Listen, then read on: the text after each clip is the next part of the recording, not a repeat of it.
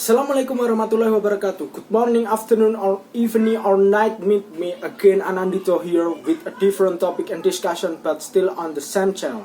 Yes, this time we will discuss about the news that has only recently risen, namely the low tax ratio in our country, Indonesia, Pancasila, and tax awareness. Two things that we often hear, but very thick relationship between the two.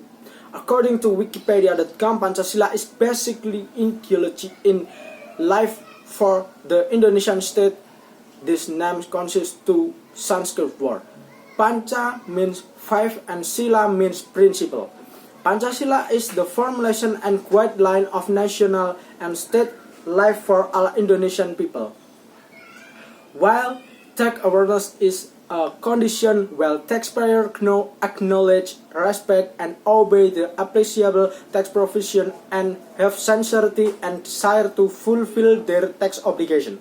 So as not to widen everywhere, this time I will only discuss a little about the relationship of tax awareness with the 5 Pancasila precepts that read social justice for all the people of Indonesia.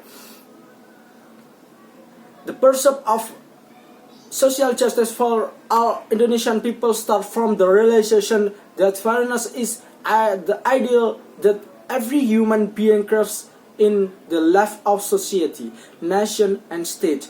Justice is essentially a form of balance between that should be. The component of ideological intelligence in the precept of justice lies in two beings, namely the ability to treat others as treating themselves and the ability to find aspect of the balance between ideal values in social and state life with the value of reality in the action or decision taken. Justice in the 5 precepts must be in accordance with the nature of fairness, namely the fulfillment of right and obligation to human nature.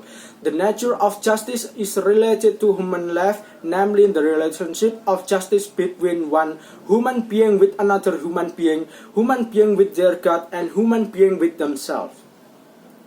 Tax is a source of state funding, has been in effect from the time the kingdom were still victorious.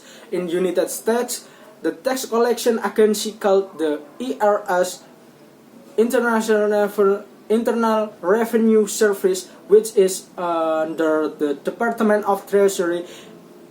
IRS is highly respected in the US because it is very thorough and clean.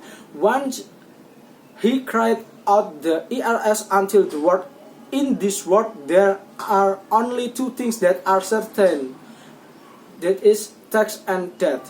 The ratio of US tax to GDP, gross domestic product, has reached to 26%.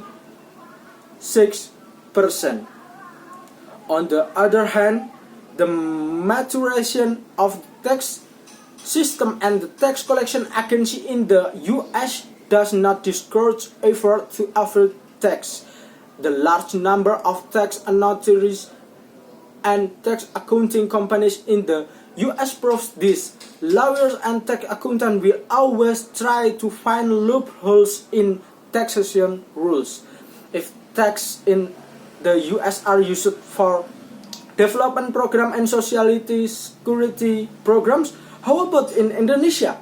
The tax is expected to contribute 104.98 and 0.9 trillion rupiah, or around 52% of the 2017 state budget, with amount to 2080.5 trillion rupiah. The state budget will be used to finance the state in an effort to serve the people.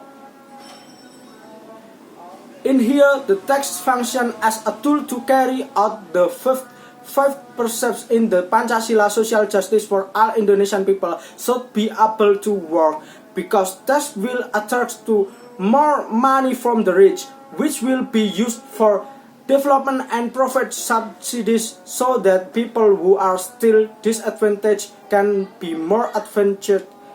But there is still a lot of corruption and the low compliance to pay tax, causing the tax function for social justice is still not optimal. Indonesian tax to GDP ratio, which has only reached around 11% at present, proves that compliance in paying down is still very low. The low level of compliance in paying tax can also be advanced by the higher employee tax return PPH to 21 compared to the non-employee personal tax return PPH 25. If employer, professional, lawyers, doctor, accountant, and etc. and people who are not included, the obedient workers in paying tax, PPH 25 will be higher than PPH 21. Here arises a sense of injustice in looking at the Directorate General of Tax effort to improve taxpayer compliance. The DG tax should not only pursue employee compliance but must also pursue non-employee tax compliance. The tax potential of entrepreneurs and professionals is very high, including SMEs. According to tax rules, businesses that have a turnover up to 4.8 billion rupiah are SMEs. The news that says the 8 richest people in Indonesia do not have a TIN also increase the sense of injustice in pursuing tax compliance. But it must admitted that there have been efforts to improve tax compliance. Tax amnesty is expected to provide additional data or to pursue taxpayers who are still not compliant by looking at the value of wealth reported in tax amnesty. The Directorate General of Tax will be able to analyze whether the tax reported so far are appropriate. Apart from that, with the acceleration of the opening time of bank customer data for tax investigation purpose, it can also be expected to improve tax compliance. To increase the sense of justice in effort to improve tax compliance, the Directorate General of Tax should also start focusing on NPWP owners who are not compliant in reporting tax return. In Indonesia, only about 60% of NPWP owners who are required to report tax return to their obligation. In 2017 state budget, revenue from debt are estimated to be around 330 trillion rupiah. With a tax to GDP ratio rate of 11%, in 2016 tax revenue is around 132.2 trillion rupiah. If the tax ratio can be increased to 15%, the estimated tax revenue could reach around 1,400 trillion rupiah. Indonesia no longer needs to be in debt of finance development. It makes the Directorate General of Tax as clean institution if also needed to increase compliance in paying tax. Remember the words of John F. Kennedy: don't ask what your country can do for you, ask what you can do for your country. Have you paid tax? Thank you. Assalamualaikum warahmatullahi wabarakatuh.